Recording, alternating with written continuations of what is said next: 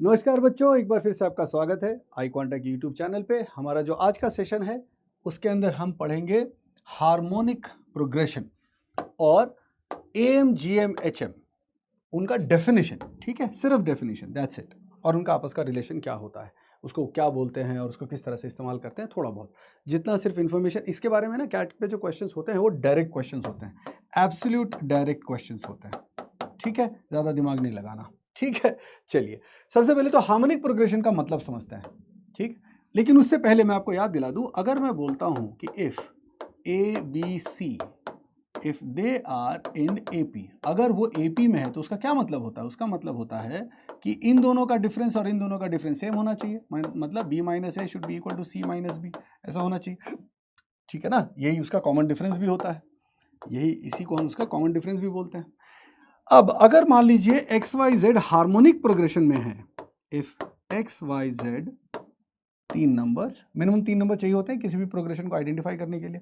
अच्छा, अगर R इन HP मतलब हार्मोनिक प्रोग्रेशन। हार्मोनिक प्रोग्रेशन का क्या मतलब होता है? अगर मैं इन सबको इन्वर्स कर दूं, अगर मैं इन सबको इन्वर्स कर दूं 1/X 1/Y 1/Z, ठीक है, तो क्या बन जाएगा? वो हमेशा AP में होगा। ये ही HP की पहचान है, बस और कुछ नहीं करना।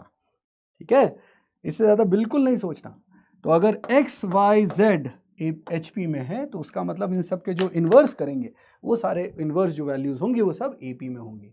मतलब ये हुआ कि कोई भी अगर AP है हमारे पास तो इनको मैं इन्वर्स कर दूं तो 1/A 1/B 1/C, अब बताओ कौन से प्रोग्रेशन में होंगे? अगर ABC AP में है तो 1/A 1/B 1/C हमेशा HP में होगा। अगर XYZ HP में है तो 1/X 1/Y 1/Z हमेशा AP में होगा। ऐसा रिलेशन सिर्फ HP और AP में होता है, GP का उसमें कोई लेना देना नहीं है।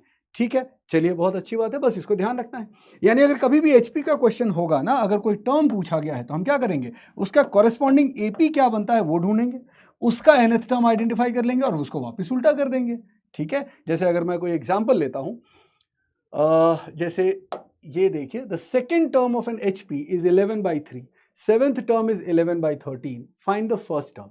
ये HP है, ये HP है, हमें नहीं पता कि फर्स्ट टर्म क्या है। सेकेंड टर्म दे रखा है 11/3 और फोर्थ फिफ्थ, मैं पूरा डिटेल में बता रहा हूं। ठीक है, सेवेंथ टर्म जो है वो है 11/13। ठीक है, 11/13। अब आपको ये ध्यान से समझना है कि ये जो वैल्यूज है ये हार्मोनिक प्रोग्रेशन में है। तो अगर मैं इन सबको उल्टा करूं तो हमें क्या मिलेगा? इन्वर्स कर देंगे। अगर इन सभी नंबरों को इन्वर्स कर देंगे तो हमें AP मिलेगा। उस AP का पहला टर्म क्या होगा? जो भी यहां पे होगा उसका इन्वर्स। सेकेंड टर्म क्या होगा? सेकेंड टर्म जो होगा वो इसका इन्वर्स होगा, यानी कि 3/11। ठीक है ना, और थर्ड टर्म हमें नहीं पता। अच्छा, मैंने थर्ड यहां पे मिस कर दिया, कोई बात नहीं, मैं लिख देता हूं थर्ड टर्म। ठीक है, सो थर्ड टर्म हमें नहीं पता, फोर्थ टर्म नहीं पता, बट वो पता है कि ये जो भी होगा उसका इन्वर्स, ये जो भी होगा उसका इन्वर्स। फिफ्थ टर्म ये जो भी होगा उसका इन्वर्स। सिक्स्थ टर्म ये जो भी होगा उसका इन्वर्स। सेवेंथ टर्म क्या होगा? वो हो जाएगा, गिवन है यहाँ पे 11/13 तो यहाँ पे 13/11। अब आपको ये ध्यान से समझना है कि ये जो पूरा सिचुएशन है नीचे वाला, ये एक AP है। सो एक AP का सेकेंड टर्म आपके पास 3/11 है और सेवेंथ टर्म 13/11 है। तो अगर उसका फर्स्ट टर्म A है और कॉमन डिफरेंस D है तो सेकेंड टर्म क्या बनेगा? सेकेंड टर्म बन जाएगा A प्लस D। AP का तो फॉर्मूला आपको पता है ना। ठीक है, A प्लस D जो है वो 3/11 हो गया। और सेवेंथ टर्म क्या बनेगा? A plus 6D। A plus n-1 into D होता है ना, AP के लिए तो नॉर्मल होता है। तो जो AP का नॉर्मल प्रोसेस है वो हम अप्लाई कर देंगे, तो ये बन जाता है A प्लस 6D और उसकी वैल्यू कितनी है? 13/11। बहुत बढ़िया, इन दोनों को सब्ट्रैक्ट कर दो।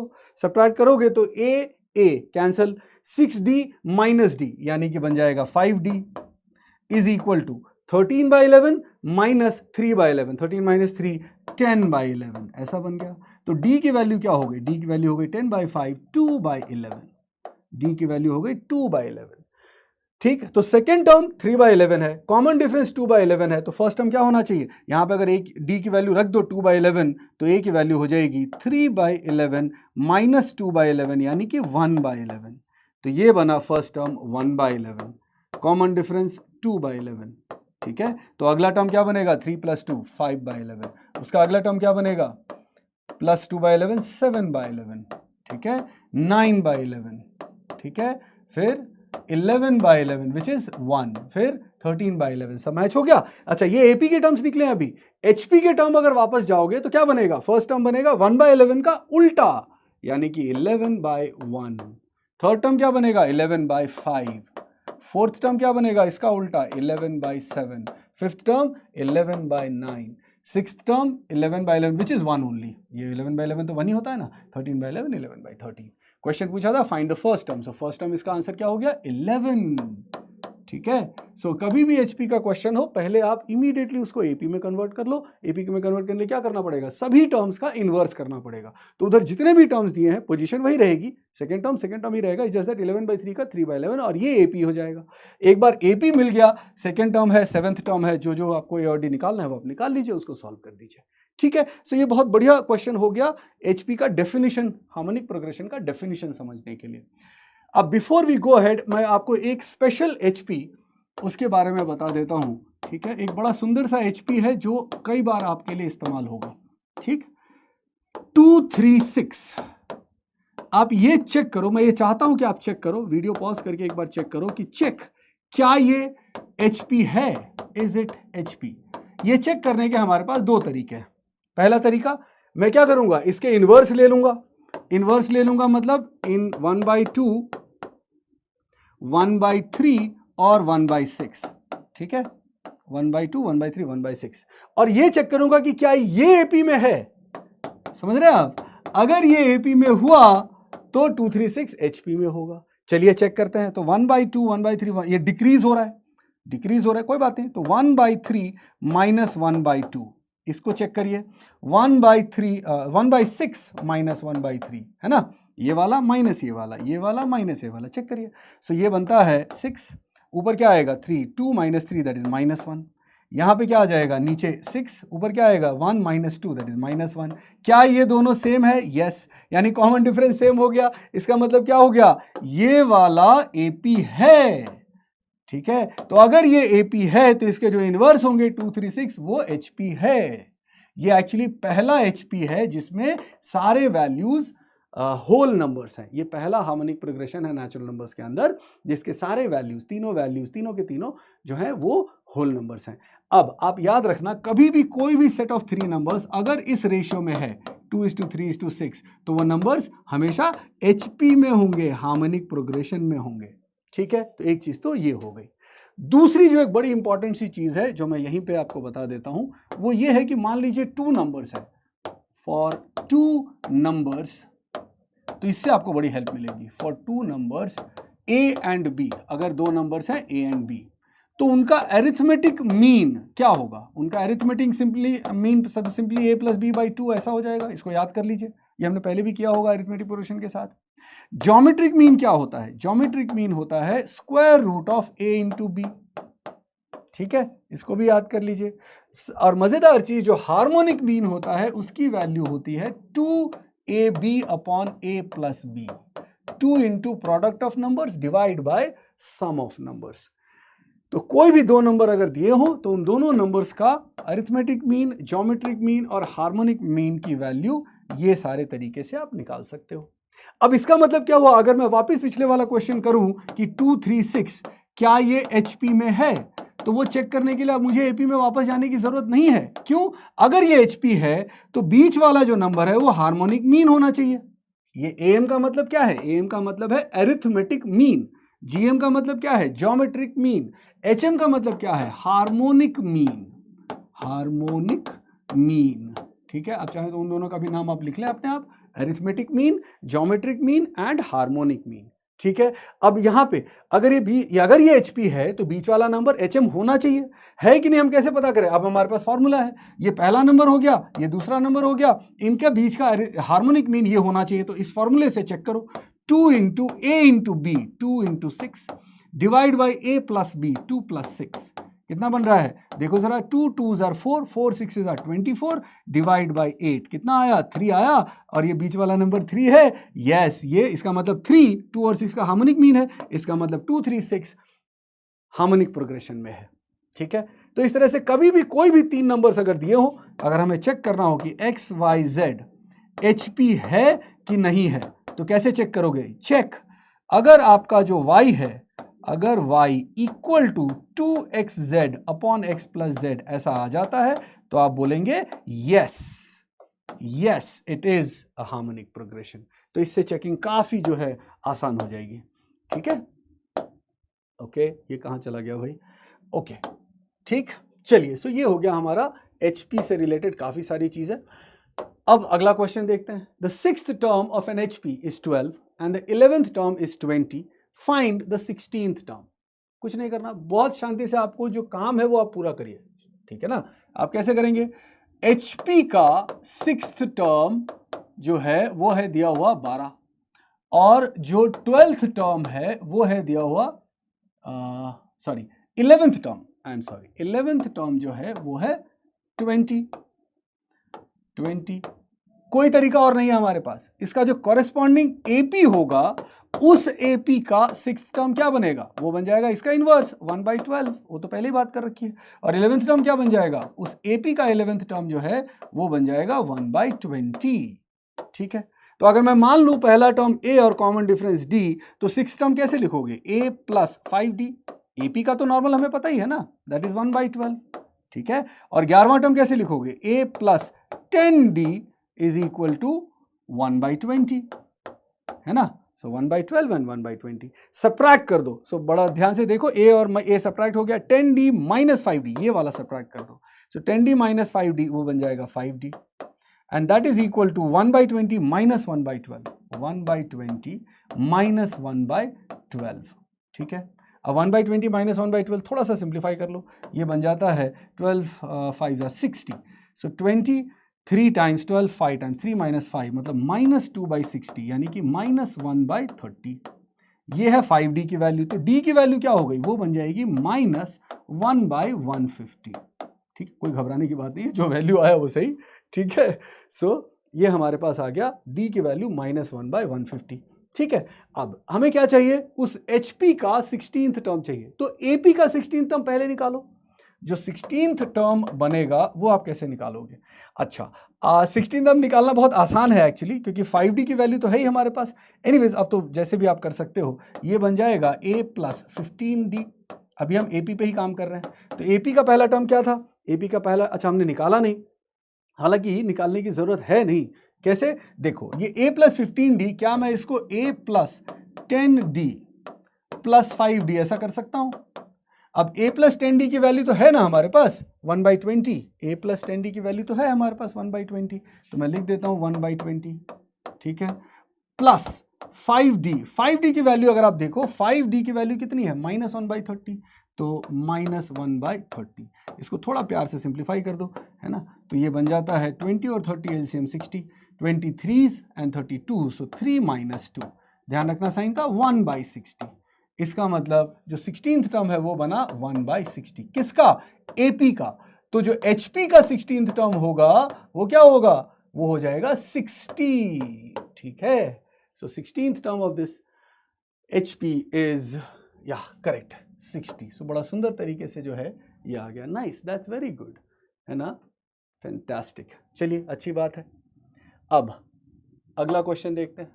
Find the 10th term of the series 3 2 3/2। अब ये देखने से ही बड़ा अजीब लग रहा है, देखने से तो नहीं पता चल रहा कि HP है कि नहीं, बट मैंने आपको अभी अभी चेक करने का एक तरीका बताया कि 3 2 3/2 है ना। अगर ये XYZ अगर ये HP है कि नहीं है, वो चेक करने का तरीका क्या है? जो पहला और आखिरी नंबर है उसका हार्मोनिक मीन कैलकुलेट करो, 2xz upon x plus z।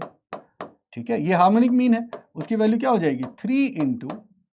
2 into 3 into 3/2 divide by 3 plus 3/2। तो ये क्या बन गया? 2 और 2 कैंसिल, और हमारे पास आ गया 3 इंटू 3 9 डिवाइड बाई 3 प्लस 3/2 6 और 3 9/2। तो 2 ऊपर चला जाएगा, 9 9 कैंसिल हो जाएगा, क्या बचा? 2 बचा। क्या ये बीच वाला टर्म है? यस। इसका मतलब क्या हुआ? इसका मतलब ये हुआ कि ये जो y है वो हार्मोनिक मीन है xz का। इसका मतलब ये हुआ that XYZ are in HP। हमें क्या चाहिए? 10th टर्म चाहिए। अभी HP है ये पता चल गया। अच्छा, तो अगर ये HP की जो वैल्यूज हैं वो है 3 2 3/2, तो जो AP होगा, सी टर्म निकालने का आपके पास एक ही तरीका है, AP। ठीक है, तो जो AP होगा उसका पहला टर्म 1/3 होगा, दूसरा टर्म 1/2 होगा, तीसरा टर्म 2/3 होगा एंड सो ऑन। हमें क्या चाहिए, हमें इस AP का पहले हमें 10th टर्म निकालना होगा। सो पहला टर्म क्या दिख रहा है यहाँ पे 1/3। कॉमन डिफरेंस निकाल लो। कॉमन डिफरेंस क्या होता है, any term minus the immediate previous term. So 1/2 minus 1/3 ये बन जाएगा 3/6 minus 2/6 that is 1/6।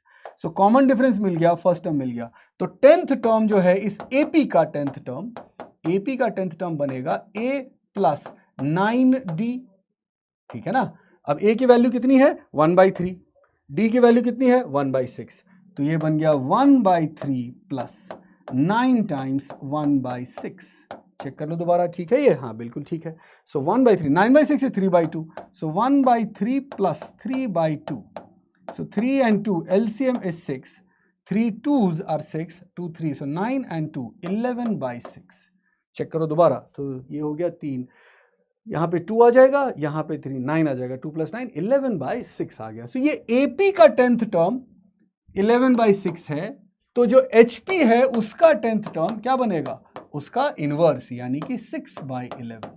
Wow, so this is the answer. तो इस क्वेश्चन का जो आंसर बना वो हमारा बन गया 6/11। ठीक है, चलिए अच्छी बात है। अगला क्वेश्चन देखते हैं। अब यहां पे एक बहुत इंपॉर्टेंट बात है, find the harmonic mean of two numbers if their arithmetic mean is 36 and geometric mean is 9√5। अब यहाँ पे नॉर्मली बच्चे कंफ्यूज होते हैं और उसमें एक काम करने लग जाते हैं कि अगर दो नंबर्स हैं, अभी थोड़ी देर पहले हमने बताया था कि अगर दो नंबर्स हैं तो उनका अरिथमेटिक मीन क्या होता है a + b/2 and geometric mean वो क्या होता है, वो होता है √a × b। वो दोनों यहाँ पे अप्लाई करके यूजुअली बच्चे a और b का वैल्यू फाइंड करने की कोशिश में लग जाते हैं। कर सकते हैं बट ज़रूरत नहीं है, इस काम को करने की ज़रूरत नहीं है। क्यों? क्योंकि वो जो फॉर्मूला है ना उसमें एक रिलेशन बनता है। रिलेशन ये बनता है दैट अगर हमारे पास दो नंबर्स हैं और उनका AM, GM और HM अगर हमें दिख रहा है तो इन तीनों का भी आपस में एक रिलेशन होता है। इन तीनों का भी आपस में रिलेशन होता है। वो क्या होता है, जो GM की वैल्यू होती है ना that is GM geometric mean की जो वैल्यू होती है किसी भी पेयर ऑफ नंबर्स के लिए, ज्योमेट्रिक मीन की जो वैल्यू होती है that is equal to square root of AM × GM। So ये ओवर एंड अबव एक और मस्त प्रॉपर्टी आ गई हमारे पास, that geometric mean of two numbers is equal to square root of product of arithmetic mean of those two numbers and जो मैंने गलत लिख दिया ना, अंदर क्या आएगा, अंदर जो आएगा वो होगा arithmetic mean into harmonic mean, I am sorry harmonic mean, इस तरह से आ जाएगा। तो ये आप डायरेक्टली कर सकते हो बिना नंबर्स को निकाले, तो ये काम करने की जरूरत नहीं है आपको। ठीक है, यहाँ क्या दे रखा है, हार्मोनिक मीन हमें फाइंड करना है, अरिथमेटिक मीन दे रखा है 36, so arithmetic mean is equal to 36, geometric mean is equal to 9√5। ये दोनों वैल्यूज यहां पुट कर दो, तो geometric mean is 9√5 is equal to arithmetic mean 36 into harmonic mean. Oh so यहां से हार्मोनिक मीन मिल जाएगा। कैसे मिलेगा, जो नॉर्मली हम सॉल्व करते हैं, स्क्वायर कर दो। अगर आप इसको स्क्वायर करोगे तो ये बन जाएगा 81 × 5, दूसरी तरफ क्या बन जाएगा 36 × हार्मोनिक मीन। तो हार्मोनिक मीन की जो वैल्यू है वो क्या होगी, चेक करो, 9 4s are 36, 9 9s are 81, so 9 5s are 45, 9 5 45/4, so 45 divide by 4, ये इसका आंसर हो गया। बस बात खत्म। कैलकुलेशन दोबारा देख लो, 81 × 5 स्क्वायर किया तो 9 का स्क्वायर 81, √5 का स्क्वायर 5, 36 इधर डिवाइड हो गया, सो 9 से कैंसिल होगा तो 4 टाइम्स और 9 टाइम्स, सो 45 डिवाइड बाय 4, ये उसका आंसर हो गया। जो हार्मोनिक मीन हमें चाहिए वो 45/4 हो गया। ठीक है, तो ये बड़ा बढ़िया ही सेशन था, बिकॉज ये सब क्या होता है, these are very small topic, बहुत छोटे छोटे टॉपिक्स हैं जो नॉर्मली आमतौर पे कई बार बच्चे इग्नोर करते हैं। ज़रूरत नहीं, आप देख सकते हो कि बहुत ही आसान डायरेक्ट क्वेश्चंस होते हैं और उसको आसानी से आप सॉल्व कर सकते हो। ठीक, अब ये लास्ट क्वेश्चन है इसका, ये डायरेक्ट प्रॉपर्टी है ना, for any set of positive numbers which of the following is true, इनमें से कौन सा ट्रू है। रैंडमली कोई भी दो नंबर्स ले लो, अगर मैं बोलता हूं a = 4, b = 9, तो उसका जो अरिथमेटिक मीन होगा उसकी वैल्यू निकालो, क्या बनेगा a + b/2 यानी 4 + 9/2 यानी 6.5। ठीक है, दूसरा ज्योमेट्रिक मीन जो है वो क्या बनेगा, ज्योमेट्रिक मीन वो क्या बनेगा, स्क्वायर रूट ऑफ 4 × 9 36, उसका स्क्वायर रूट क्या होता है 6, एंड हार्मोनिक मीन जो होगा वो क्या बनेगा, वो बन जाएगा square root of 2, square root क्यों आएगा, हार्मोनिक मीन में जो है 2 into A into B upon A plus B, वो बनता है 2 into 4 into 9 divide by 4 plus 9, 2 चौका 8, 8 9 72, 72 डिवाइड बाई 13, 13 पंचे 65 होता है 65, सो दिस इज 5.6 अप्रॉक्सीमेटली। तो ये 6.5 क्लियरली दिख रहा है कि जो एरिथमेटिक मीन होगा वो हमेशा बड़ा होगा, फिर ज्योमेट्रिक मीन होगा, फिर हार्मोनिक मीन होगा।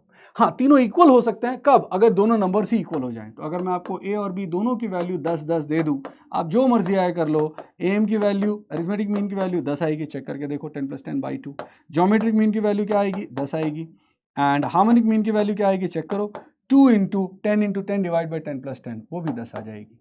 तो जब नंबर्स इक्वल होंगे तो ये तीनों इक्वल होंगे, अगर नंबर्स अनइक्वल होंगे तो clearly arithmetic mean will be greater than geometric mean, और वो सबसे छोटा जो होगा वो हार्मोनिक मीन होगा किसी भी दो नंबर्स के लिए। ठीक, तो दोनों को कंबाइन कर ले तो ओवरऑल हमारा आंसर क्या बनेगा, AM greatest than GM than HM, right. ये गलत हो गया, ये गलत हो गया, HM is greater than GM, वो गलत हो गया। So AM greater than GM greater than HM, आगे से चेक करने की जरूरत नहीं है, बहुत इंपॉर्टेंट प्रॉपर्टी है, इसको आप सीधे सीधे याद रखेंगे।